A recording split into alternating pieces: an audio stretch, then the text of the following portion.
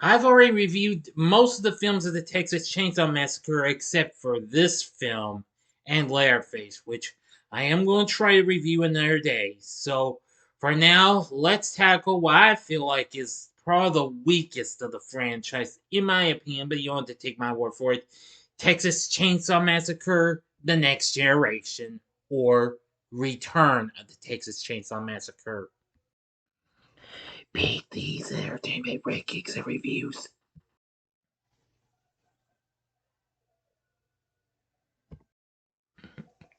So, greetings, my fellow YouTubers, and welcome to Big D's Entertainment Rankings and Reviews.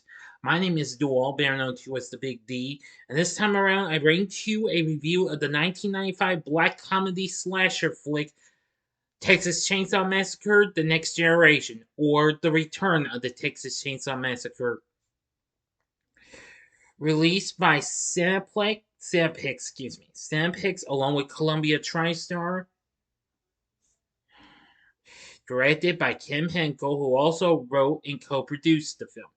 This film serves as a direct sequel to the original classic and the fourth overall installment, starring Renee Zellweger, Matthew McConaughey, and Robert Jacks as Leatherface. Now, this time, four teenagers who encounter Leatherface and his murderous family in backwoods Texas on the night of their prom.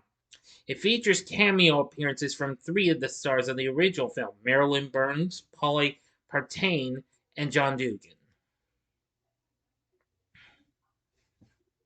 Now, this film was a major dud at the box office, so received mixed reviews, with some allowing its dark humor and nightmarish tone, and others criticized the coherence of its screenplay. It has obtained a cult following, though, but it's not quite much of my favorite, though.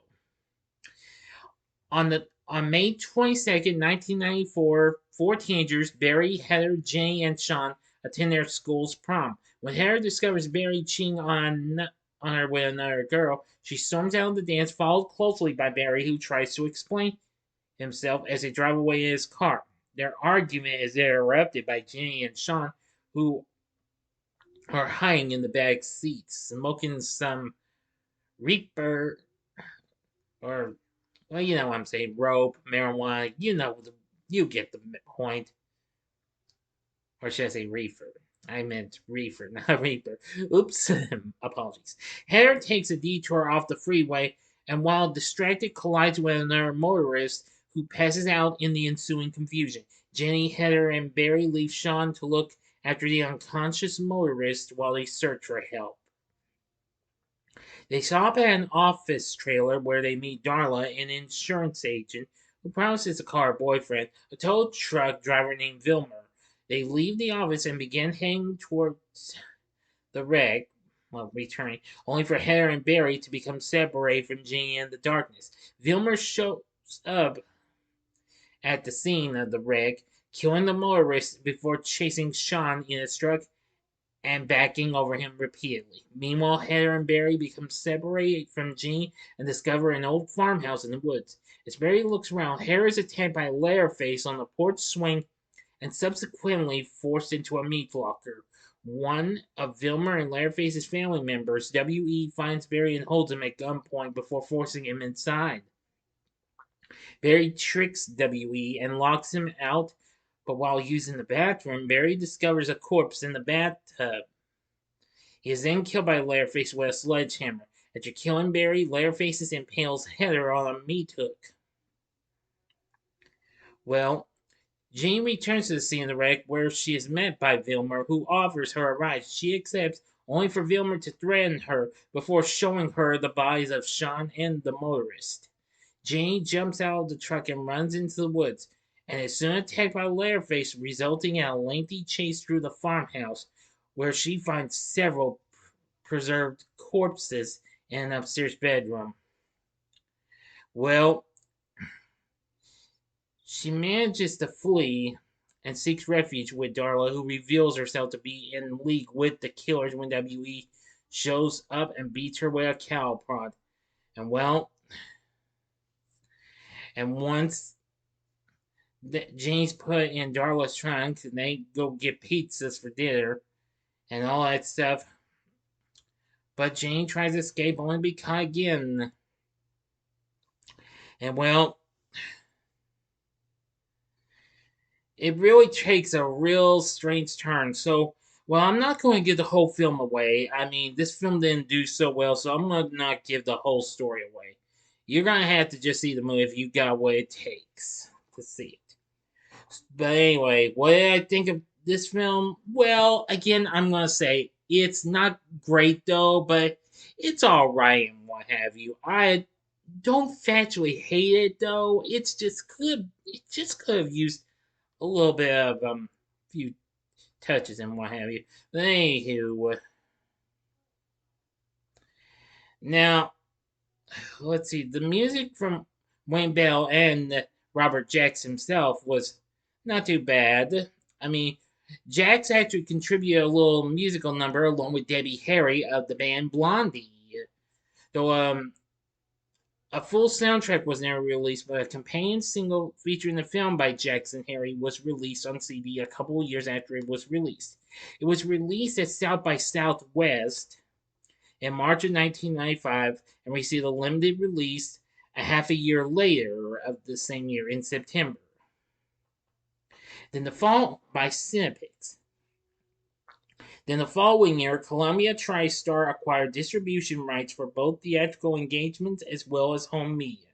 And the studio proceeded to re-edit the film and retitle it Texas Chainsaw Massacre: The Next Generation before giving it a limited theatrical re-release 2 years later in '97.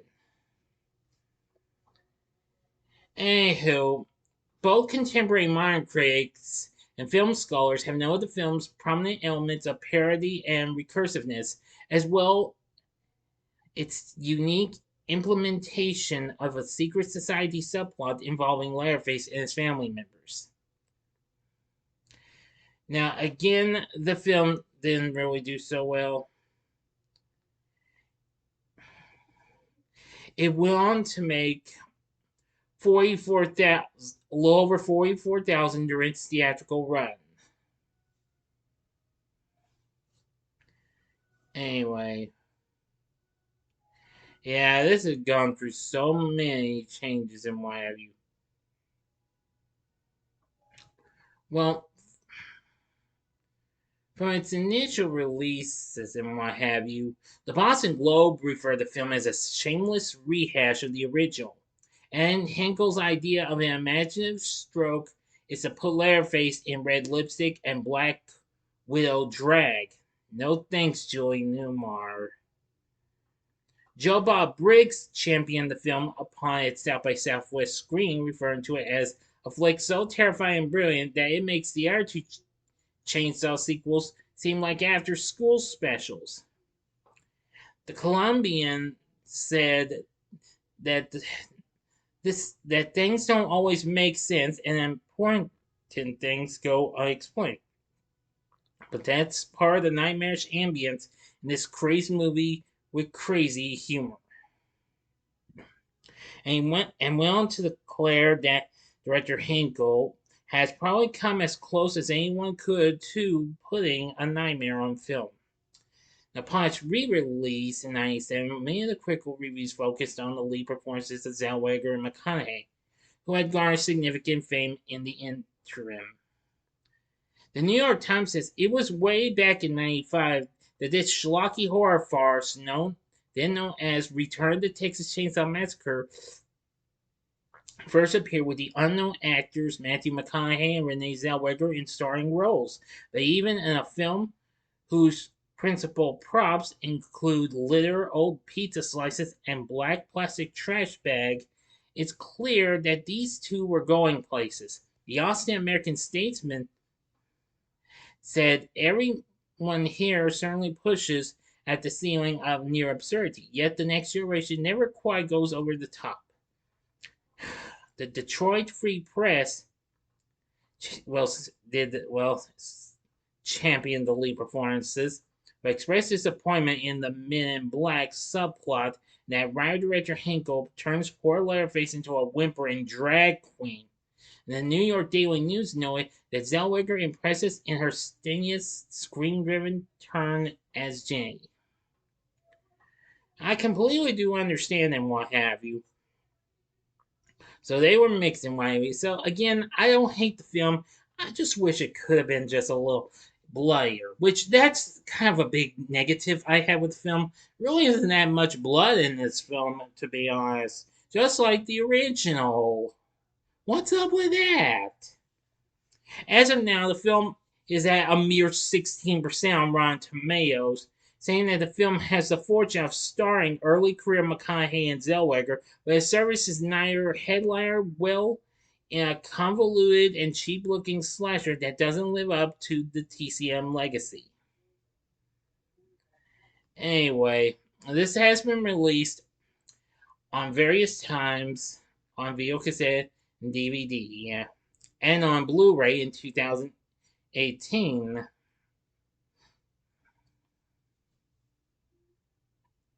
So anyway, yeah. Now, as for the cast, we have Renee Zellweger as Jenny. She wasn't too bad. Matthew McConaughey plays Vilmer. I gotta say he was crazy. Robert Jacks was fine as Leatherface. I mean, well, it was kind of straight goes to a drag being like a drag queen or something like that. Tony Perensky plays Darla. Not bad. Lisa Marie Newmeyer plays Heather. Joe Stevens plays W.E., that's short for Walter Edward. John Harrison played Sean, and Tyler Cohn played Barry.